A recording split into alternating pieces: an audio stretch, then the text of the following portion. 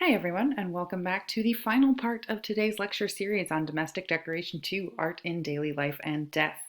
In this section, I want to sort of bring it all together and have you just think a little bit, spend some time thinking on your own about who is doing the seeing of this Pompeian art. So who are the people who are out in the streets on a daily basis, doing the shopping, providing food for themselves, going out to the public laundry and dropping clothes off, doing inter-town commerce and seeing these streets of tombs, who is on foot and who is in a vehicle, perhaps being carried by slaves in a litter. Um, and then how that sort of visual landscape conditions the way in which people go through their life on a daily basis, what they see and what they are really forced to see by the circumstances of their lives. So that's one thing to sort of just keep in your mind and think about a little bit. Who is doing the seeing of most of the art that is outside the domestic realm and outside the sort of political spaces that are set aside for political activities and elite activities? And then another thing to think about is making a mark. So when people are out in the streets, when people are in their houses, the art doesn't just sit there, especially not in the Roman world. There's sort of a constant level of interaction going on between the people who are inhabiting the space, dwelling within a given space, whether it is outdoors or in their houses, and the visual paradigm that sort of exists, the idiom of that space. So one thing that we see a ton of in Pompeii and in other Roman towns is graffiti. And some graffiti is official. Here you can see election notices that are put up, written onto the outside of a building by the proprietor of the building to show their support for a certain person for a certain office. So in Pompeii, the eruption occurred apparently like right before election season. So there was a ton of election notices all over the city. And we get a really interesting map of what kinds of people supported who, right? So was one politician more supported by the cloth workers versus the wine workers? That sort of demographic information can come out of these more official graffiti.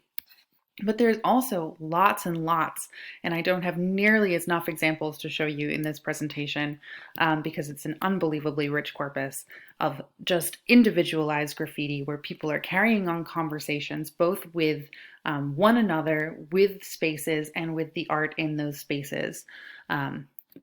So here are just a few examples. Here's one that I really enjoy. This is from the house of Marcus Lucretius in Pompeii, and it is inscribed on a pillar in near the garden, and it says, "Labyrinth, here lives the Minotaur." And you can see the word Minotaur is split by this little drawing scratched in of a labyrinth, a sort of idealized maze. So this is going back to that sort of Minotaur myth, the idea of the half human, half bull of Crete and the monster therein. Perhaps this is maybe a cheeky comment on the house owner. Perhaps it's a cheeky comment on a fellow slave that somebody didn't like and they decided to inscribe it into the wall. It may simply be an act of elocution. We see, for example, really common graffiti in which just the first line of Virgil's Aeneid is put up on the wall, and that back then was a sort of alphabetic sampler that people would learn while they were school children. So that gets written about a lot. We also have a whole lot of little unofficial pieces of artwork. This one mixes both words and art to an extent. But we also get silly little things like this bird, which is scratched into the wall of the Forum Baths in Pompeii.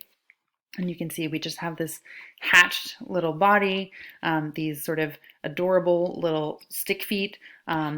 He's got like a little tufter ears. So we have somebody who took the time to sort of deface the wall and create a new work of art within the surface of the plaster. It's not a very remarkable one. There are more fun ones available. Even just word graffiti can sort of tell us a really interesting story a lot of the time.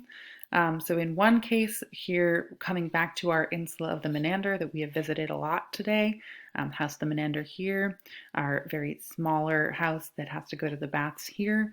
And we're looking right at this little structure here, which is the Thermopolium of Prima. And in this Thermopolium, we get a really wonderful exchange between two men who are competing for the affection of the same barmaid. So first here is an image of what this looks like to give you a sense of those sort of handwriting that we see in Roman graffiti. It takes a little bit of eye adjustment to start recognizing the Latin letters here, but you can see, for example, successus here. There's his name. We have here at the start of the second invidiosus, sort of. Invidiose, actually, there's an E. So we get this conversation that people have been scratching in the plaster back and forth to one another over time. And the conversation is roughly translated as follows. So first, our guide Severus says, Successus, a weaver, loves the innkeeper's slave girl named Iris. She does not love him. Still, he begs her to have pity on him. His rival wrote this. Be well, goodbye. And then Successus answers, Envious one, why do you get in the way? Submit to a handsomer man and one who is being treated very wrongly and is good looking. And then Severus writes back, I have spoken, I have written all there is to say. You love Iris, but she does not love you.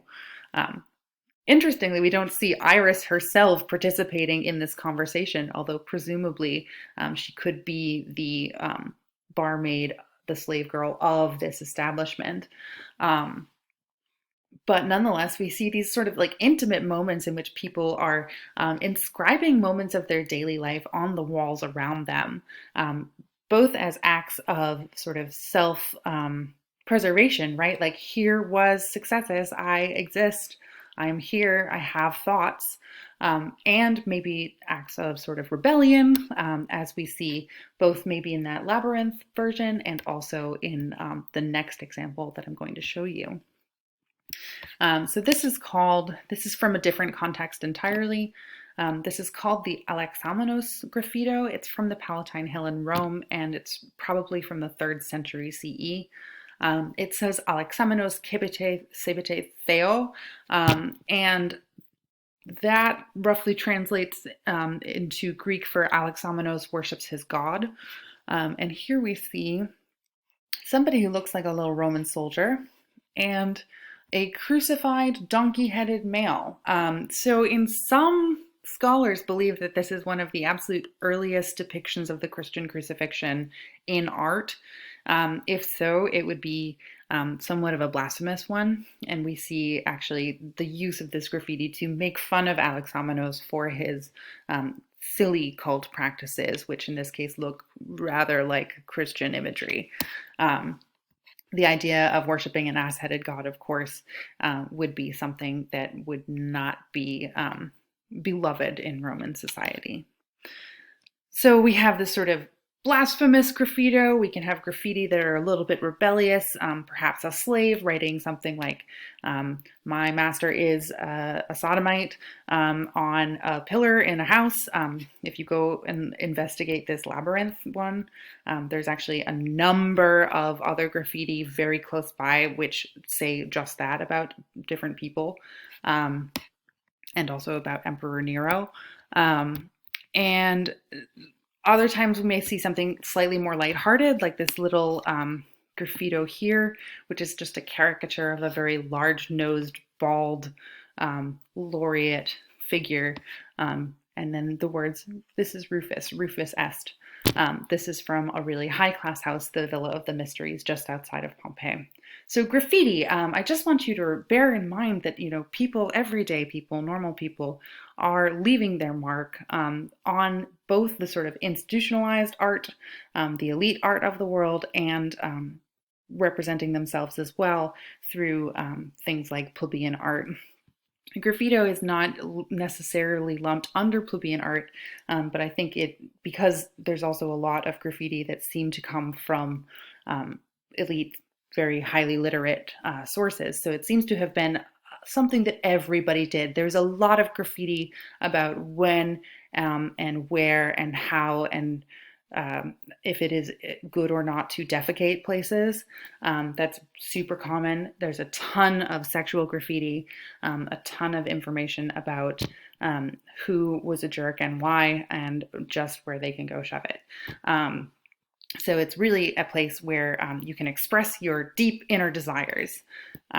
So bearing in mind that we are working for a class here, keep it class appropriate, I would like you to just create a graffito that you would consider applying to the location that you identified in part 1 of this lecture series way back when and thought about a lot. And then write a sentence or two explaining how you think this unofficial addition would fit into the visual idiom of the place. Would it be a rebellion? Would it be to emphasize something that you like about that place? Would it just be to say that you had been present? And why? And that's it for this week's worth of lectures, and I am looking forward to writing to you, talking to you all again next week. Thank you very much.